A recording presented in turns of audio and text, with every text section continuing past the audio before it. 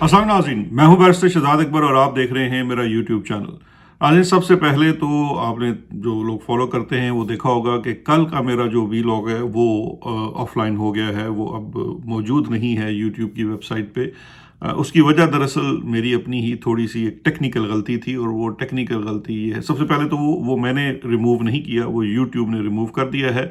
और उसमें टेक्निकल गलती ये हुई कि जब हमने कल आपसे कुछ डॉक्यूमेंट्स शेयर किए काजी शुतुरमुर्ग और उनकी अहलिया के मुतलका, जो कि एक जुर्म की तरफ हम निशानदही कर रहे थे, तो उसमें हमसे गलती ये हुई कि यूट्यूब की पॉलिसीज़ के मुताबिक हम किसी की पर्सनल इन्फॉर्मेशन, जिसमें उनकी वो नंबर्स वगैरह भी होते हैं, एड्रेस होता है, वो शेयर नहीं कर सकते।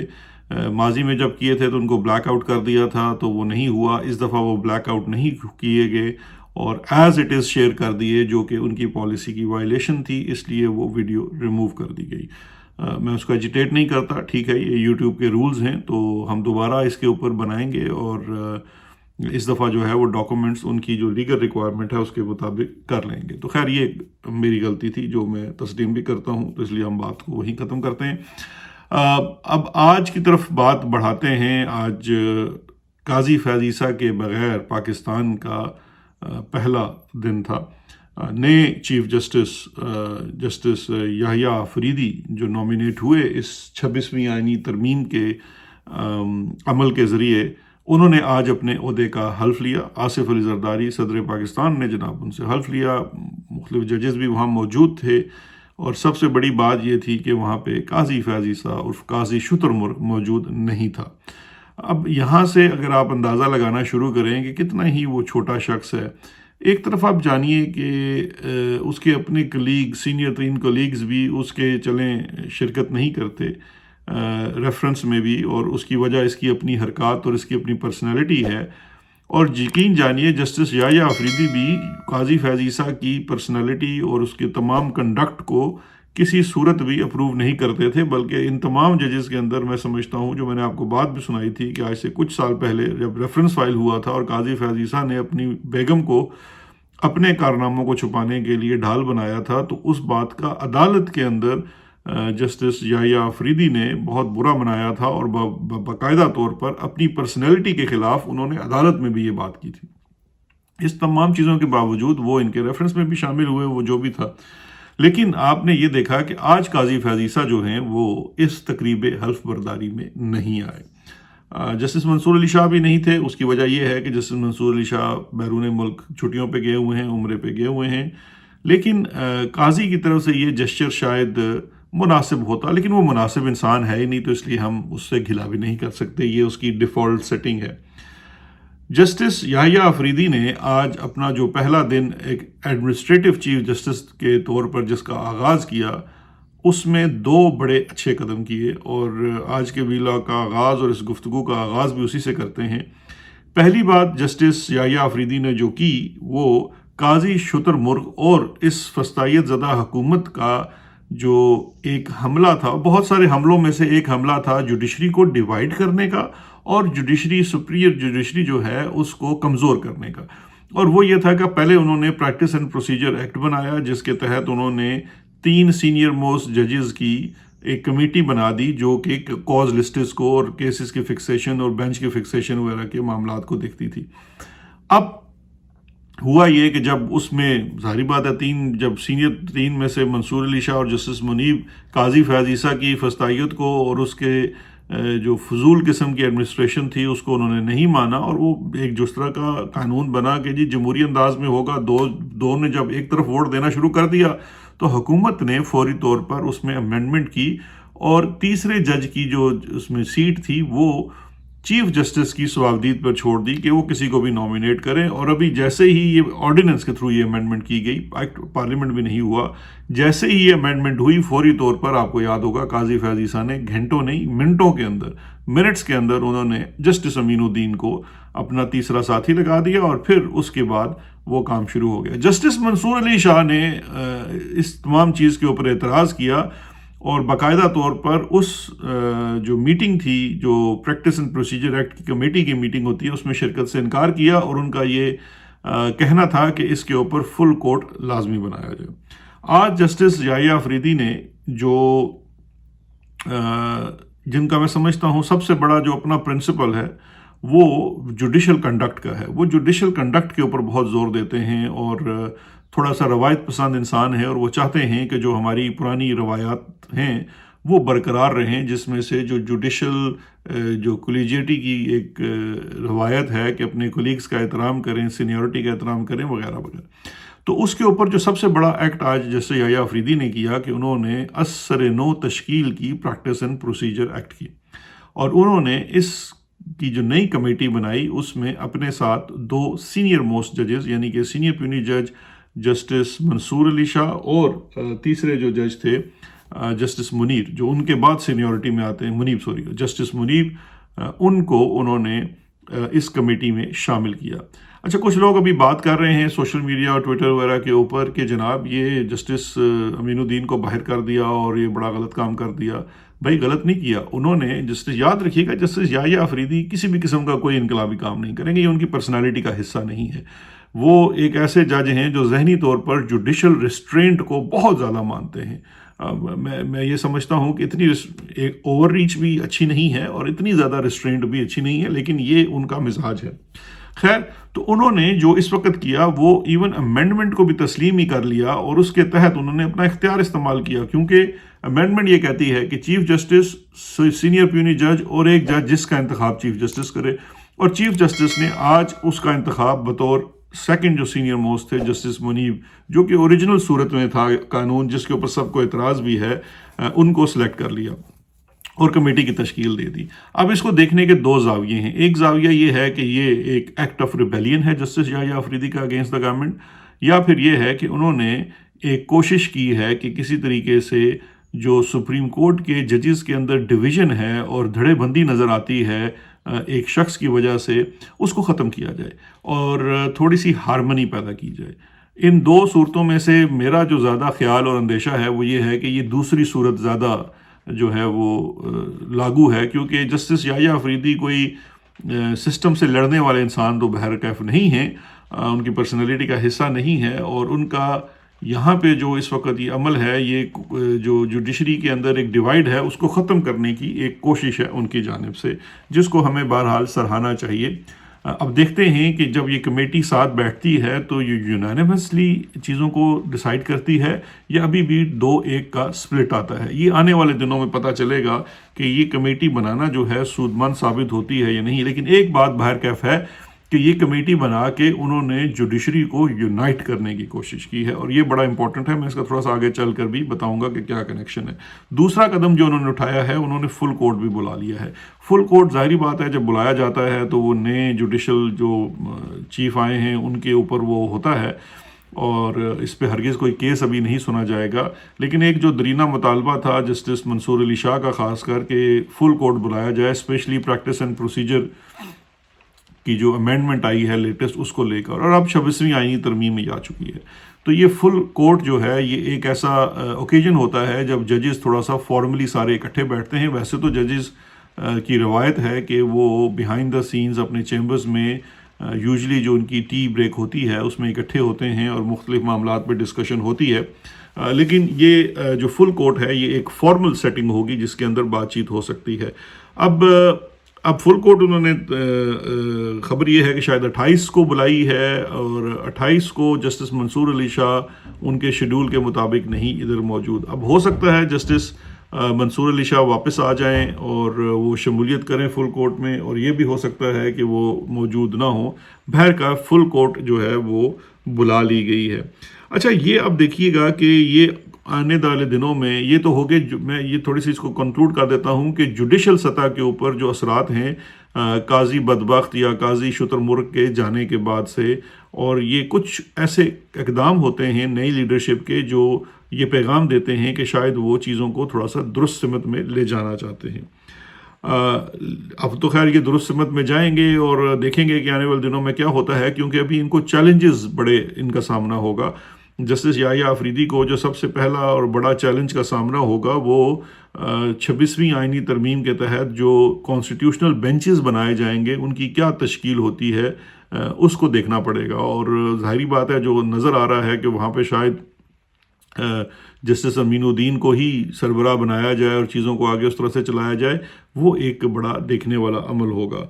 और उस पे याहिया अफरीदी साहब का क्या स्टांस होता है और किस तरह से उसको वो लेते हैं, गिवन द फैक्ट कि जस्टिस याहिया अफरीदी लड़ने वालों में से नहीं है, तो मामला जिसे कहते हैं ना सुलझाने वालों में शायद उनका शुमार हो। तो देखते हैं कि वो उसको कैसे टैकल करते हैं। बट एक्चुअली उनका जो रियल चैलेंज है वो आने वाले दिनों में यही होगा कि जो बेंच बनेंगे कॉन्स्टिट्यूशनल बेंचेस, उसको वो कैसे देखते हैं। दूसरा जो इसके अंदर अब तो ये तो हो गया, खैर इसका जो लीगल साइड है उसके ऊपर काजी शुतुरमुर्ग के जाने के असरात। अब थोड़े से पॉलिटिकल साइड के ऊपर भी काजी के जाने के असरात आप देखना शुरू करें, और फिर हम ये इसकी तरफ वापस आएंगे जो याहिया अफरीदी साहब की एफर्ट्स हैं यूनाइट करने की, इनके ऊपर क्या हो सकता है। लेकिन पहले थोड़ा सा सियासी खबरों के ऊपर बात कर लेते हैं। सियासी तौर पर जो पहला असर हमें नज़र आना शुरू हुआ काजी फैज़ ईसा के जाने के दिन से, कह लीजिए, या एक दिन पहले से लेकर अगले एक दिन तक जो हमें असरात नज़र आना शुरू हुए हैं वो ये हैं कि सबसे पहले बुशरा बीबी की रिहाई हुई। उनकी ज़मानत बहुत अरसे से खामखा उसको लटकाया जा रहा था, लिंगर ऑन किया जा रहा था, और वो फिर ज़मानतें जो है वो बिल्कुल उनके जाने से एक दिन पहले हुई और उस पर तामील भी हुई और उनकी दोबारा गिरफ्तारी भी नहीं हुई। दूसरी बड़ी और अहम खबर यह है कि इमरान खान की 2 बहनों को जेल में नाहक कैद किया गया था, और ना ही उनके ऊपर कोई केस था, ना कोई इशू था, ना कभी वो गवर्नमेंट में रही। उनको महज एहतजाज करने के जुर्म में दहशतगर्दी की क्लॉजेस के तहत अरेस्ट किया गया था, और फिर जानबूझकर उनकी बेल्स को लिंगर ऑन किया जा रहा था। मेन मकसद तो वही इमरान खान से डिस्कनेक्शन और तरमीम के दिनों में थोड़ी सी उनको ये सहूलत चाहिए थी, इसलिए इन बहनों को भी बंद कर दिया गया था। लेकिन काजी के जाने के असरात ये हैं कि जैसे ही काजी की रुखसत होना शुरू हुई, उन्हीं जजेस ने इनकी बेल कर दी और फिर वो कल जेलों से रिहा भी हो गई। तो ये एक दूसरा अहम असर था। फिर एक और असर ये नज़र आया कि इमरान खान साहब से मुलाकात का सिलसिला जो है वो दोबारा शुरू हो गया, और शायद उनकी कैद तन्हाई भी ख़त्म हो चुकी है या होने जा रही है। अच्छा, अब ये तमाम असरात हैं जो काजी फैज़ ईसा के मैं समझता हूँ जाने के हैं, क्योंकि इवन जुडिशल साइड पे भी जो रिलीफ, एक ड्यू रिलीफ बनती थी, जो इंसाफ के तकाज़ों के मुताबिक बनती थी, इमरान खान, उनकी पार्टी के लोगों की, उनसे जुड़े उनके ख़ानदान के लोगों की, वो उनको नहीं दी जा रही थी। और उसकी वजह साफ ज़ाहिर है, इस वक्त काजी शुतुरमुर्ग भी था, क्योंकि वो तसलसल के साथ इन चीज़ों को मैनेज कर रहा था। और उसके जाने के साथ हुआ ये कि ये थोड़ी सी चीज़ें अब अपनी नॉर्मेलिटी की तरफ चली आई, जिसको इस वक्त तासुर ये दिया जा रहा है, और ये बार बार कुछ लोग इस बात को फैलाने की कोशिश कर रहे हैं कि शायद कोई डील कर ली है। अच्छा, अब ये जो डील वाली बात है, इसमें जो सबसे इंटरेस्टिंग एंगल है वो मैं आपसे शेयर करता हूँ। सबसे इंटरेस्टिंग एंगल ये है कि देखिए, डील करना एक ऐसा बदनाम अमल है पाकिस्तान के अंदर कि जिसको कहा जाए कि ये डील कर ले, वो काफ़ी बदनाम हो जाता है। तो खैर, कोई डील कर भी रहा होगा तो मानेगा नहीं। लेकिन ये डील वाला मामला ऐसा है कि जिससे हालिया हुकूमत की सेहत बहुत ख़राब हो चुकी है, और वो इस तरह से कि यूजुअली होता ये है कि आप तो कोशिश करेंगे कि आप अपने मुखालफों के ऊपर बात करें कि भाई फ़लाँ डील कर गया, फ़लाँ डील कर रहा है या डील कर रहा है, तो ताकि उसकी बदनामी हो। लेकिन नून लीग की हालत इस वक्त इतनी पतली हुई है कि राना सनाउल्लाह साहब फरमाते हैं कि नहीं, मैं समझता हूँ उनकी ज़मानतें मेरिट्स के ऊपर हो रही हैं, डील का कोई मामला नहीं है। ये क्यों है? ये इसलिए है कि जो नून लीग की सियासत है वो दरअसल इक़्तिदार की सियासत है, इस्टेब्लिशमेंट के साथ जुड़े होने की सियासत है। क्योंकि नून लीग कभी भी अपोजिशन की सियासत नहीं कर पाती, इक़्तिदार से बाहर रहने की सियासत नहीं कर पाती, कोई नज़रिया नहीं है, कोई पॉलिटिकल नैरेटिव नहीं है। और लोग हमेशा नून लीग के साथ बड़ी तादाद में तभी जुड़ते हैं जब ये इक़्तिदार में आते हैं, या आम लोगों को, स्पेशली पंजाब के लोगों को ये तासुर होता है कि फ़ौज या इस्टेब्लिशमेंट नून लीग के साथ है, तो वो भी उनके साथ आकर जुड़ जाते हैं। और नून लीग को पता है कि उनका जो सबसे बड़ा सपोर्ट है, अगर उसका हाथ खिंच जाता है या ये तासुर आ जाता है कि वो जनाब कहीं और जा रहे हैं, तो फिर इस बात के बड़े कवी इम्कान हैं कि लोग उनके साथ से झड़ना शुरू हो जाएंगे। तो लिहाजा उसको रोकने के लिए नून लीग भी कह रही है नहीं नहीं, ये डील नहीं हो रही। वो तो उनके साथ फैसल वाडा बहुत बुरा लग रहा है।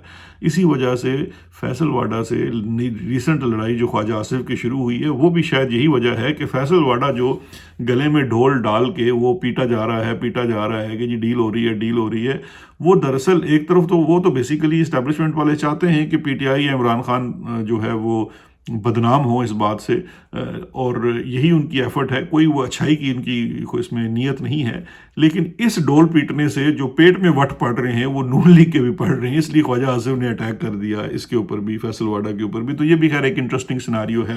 عمران خان تو خیر ڈیل کرنے والا نہیں ہے، لیکن نون لیگ کی حالت پتلی ہے. نون لیگ کی حالت پتلی ہونے کی ایک اور وجہ بھی ہے کہ نون لیگ اب کافی یتیم ہو چکی ہے. 26 اکتوبر جو ہے وہ نون لیگ کے لیے ایک بڑا منحوس دن ثابت ہو رہا ہے، کیونکہ اس دن ان کے 2 ابو جو ہیں ملک سے باہر چلے گئے. آج قاضی صاحب بھی جناب ملک سے باہر چلے گئے، اور پہلے تو بڑی ان کے اندر فرونیت ہوتی تھی، گروفت ہوتا تھا. آج اپنے پیسوں کے اوپر اکانومی کلاس میں بیٹھے ہوئے تھے، اور وہاں پہ مسافر ان کی تصویریں کھینچ کھینچ کے شیئر کر رہے تھے، ساتھ ڈونٹ لگا رہے تھے. تو وہ تو خیر ملک سے باہر جا چکے ہیں. سنا ہے برطانیہ آ رہے ہیں، اور مڈل ٹیمپل میں کوئی بینچر بننے جا رہے ہیں. خیر وہ مڈل ٹیمپل والے بھی اپنے نصیبوں کو روئیں گے کہ اس بدبخت شخص کو انہوں نے شامل کر لیا ہے. میں نے پہلے بھی بات کی تھی، میں باقی لوگوں سے بھی بات کر رہا ہوں کہ آپ کو وہاں پہ احتجاج کے ساتھ ساتھ مڈل ٹیمپل کو لکھنا بھی چاہیے، اس کے ساتھ آپ کو چٹھیاں اٹیچ کرنی چاہیے، اسپیشلی جو منصور علی شاہ صاحب نے ان کے بارے میں لکھی ہے. یہ ایک بیسک، اور پھر اس کے بعد پاکستان کے مختلف وکلاء نے جو چٹھیاں ان کے بارے میں لکھی ہیں، ان کے کنڈکٹ کے بارے میں لکھی ہیں بطور جج اور چیف جسٹس، وہ چیزیں مڈل ٹیمپل کو ضرور لکھیں تاکہ وہ ریویو کریں اپنے فیصلے کو کہ وہ کس شخص کو اپنے اندر. ویسے یہ کوئی اتنی بڑی بات بھی نہیں ہے. وہاں پہ جو مڈل ٹیمپل میں بینچز ہوتے ہیں وہ ریٹائرڈ ججز بہت سارے ہوتے ہیں، کوئی 550 ججز ہیں جو اس وقت ان کے بینچرز ہیں، اور وہ والی چیز ہے. لیکن چلیے کوئی بات نہیں، قاضی صاحب آئیں گے تو عوام کی روح کو تسکین ہوگی. بلکہ عوام اس وقت لندن میں کافی ڈیوائیڈڈ ہے، کیونکہ قاضی بھی آ رہا ہے اور ساتھ ساتھ نواز شریف بھی آ رہے ہیں. تو جناب دونوں صاحبان کی تواضع کے لیے لوگ تیار ہوئے. نواز شریف کے بارے میں یہی کہوں گا، بھائی اس کو بخش دو. ابھی اس بیچارے کو تو اپنے گھر والے نہیں پوچھتے، اپنی حکومت نہیں پوچھ رہی. وہ سکون کی سانس لینے کے لیے لندن آ رہا ہے، تو اس کو آپ سکون کی سانس لینے دیں. فوکس کریں قاضی فیاض عیسیٰ کے اوپر. اچھا جی، اب قاضی فیاض عیسیٰ صاحب جو ہیں، اب ہم واپس آتے ہیں اس چیز کے اوپر کہ نون لیگ کے اندر کیوں صف ماتم بچھی ہوئی ہے اور وہ یتیم ہو گئے. کیونکہ نون لیگ کو دیکھیے، جو 2 لوگ جن کو وہ اپنے ابو بنائے ہوئے تھے، 3 لوگوں کو بنائے ہوئے تھے، اب ابو ایک ہی رہ گیا ہے.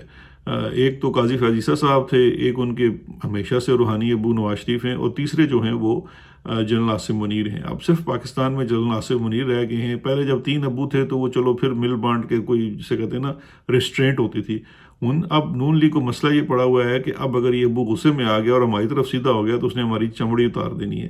تو یہ تھوڑی سی اس وقت ان کو تکلیف ہو رہی ہے. دوسری جانب ایک اور بھی ہمارے پاس خبریں ہیں، وہ آپ سے شیئر کرتے ہیں. ایک خبر یہ ہے کہ ایک تو یہ ہے کہ جناب حکومت جو ہے وہ پر تول رہی ہے، اسپیشلی یحییٰ افریدی صاحب کے اس جو عمل سے، جس میں انہوں نے امین الدین صاحب کو نہیں ڈالا اس کمیٹی میں. تو اب وہ دوبارہ سے ایک نئی امینڈمنٹ کا سوچ رہے ہیں کہ یہ جو پریکٹس اینڈ پروسیجر ایکٹ کے تحت بنائی جانے والی کمیٹی ہے، اس کی تعداد 3 سے 5 کر دی جائے. تو اس کو بھی وہ تھوڑا سا ایکسپینڈ کرنے کی کوشش کر رہے ہیں، اور کوشش کر رہے ہیں کہ اس میں ان کے من پسند لوگ شامل ہو سکیں.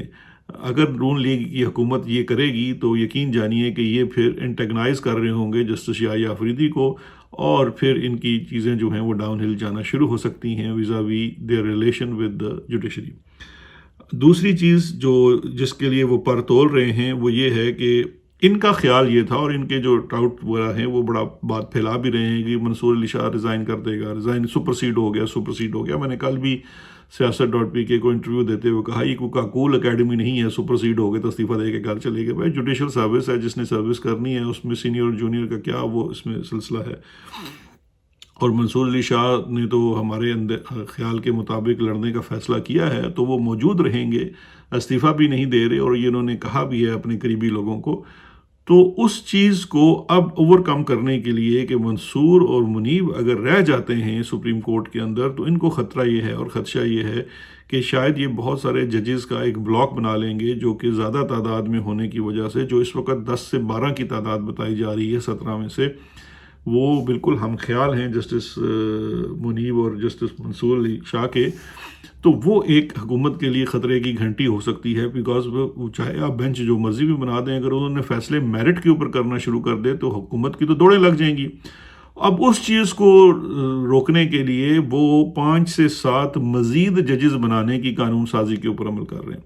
کام کر رہے ہیں، اور وہ یہ ہے کہ جناب کیونکہ یہ جو نمبر آف ججز ہے وہ ایک سمپل ایکٹ آف پارلیمنٹ سے بڑھائے جا سکتے ہیں یا کم کیے جا سکتے ہیں، تو وہ بڑھائے جا سکتے ہیں، کم شاید نہ ہو سکیں۔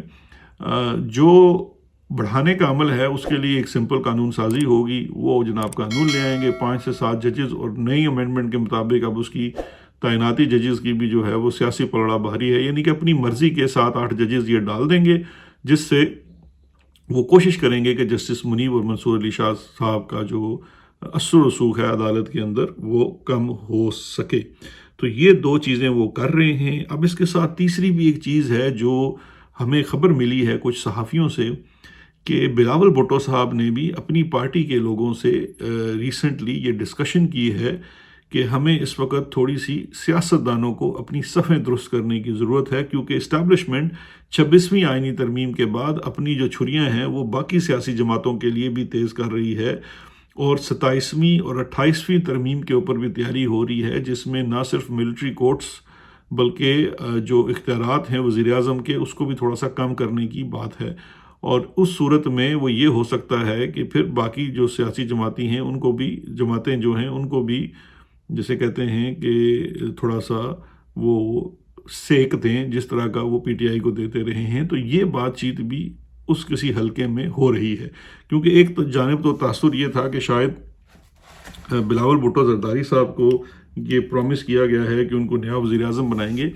لیکن اس کے لیے بھی کچھ ٹرمز اینڈ کنڈیشنز ہوں گی جس کو دیکھنا ہوگا کہ کیا بلاول بھٹو پورا کرنے کے لیے تیار ہے، کیونکہ پھر اس کی کچھ سیاسی قیمتیں بھی ہوتی ہیں۔ آج کل پاکستان میں وزیر اعظم بننا ایک ایسا ان پاپولر کام بن چکا ہے جس کو جو سیاستدان کرتا ہے وہ اس کے بعد عوام کے غضب کا ہی شکار ہوتا ہے، اور اس میں صرف ایکسیپشن آئی ہے ابھی تک عمران خان کی، اور اس کی وجہ بھی یہی بنی کہ وہ اسٹیبلشمنٹ کے ہاتھوں نکالے گئے، تو اس وجہ سے ان کی پاپولیرٹی میں مزید اضافہ ہوا، بلکہ اس وقت جب انہوں نے اسٹیبلشمنٹ سے واپس لڑنے کا بھی فیصلہ کیا۔ تو خیر اتنی قسمت اور نصیب باقی سیاستدانوں کی نہیں ہوتی، اور بلاول اب وہی جسے کہتے ہیں وے ان کر رہے ہیں کہ اس کے اوپر کیا کرنا چاہیے۔ نواز شریف صاحب ملک سے نکل گئے ہیں، کیونکہ پاکستان میں آپ جانتے ہیں کہ سوچنے سمجھنے اور بات کرنے کی آزادی نہیں ہے، ہر کوئی سن رہا ہے، دیکھ رہا ہے۔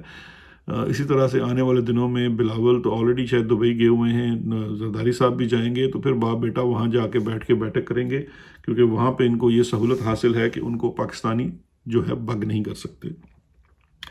تو یہ ہے ابھی تک کی صورتحال۔ ابھی مزید خبروں تجزیے کے ساتھ آپ کو آگاہ رکھیں گے۔ اپنا بہت خیال رکھیے گا۔ شکریہ، خدا حافظ۔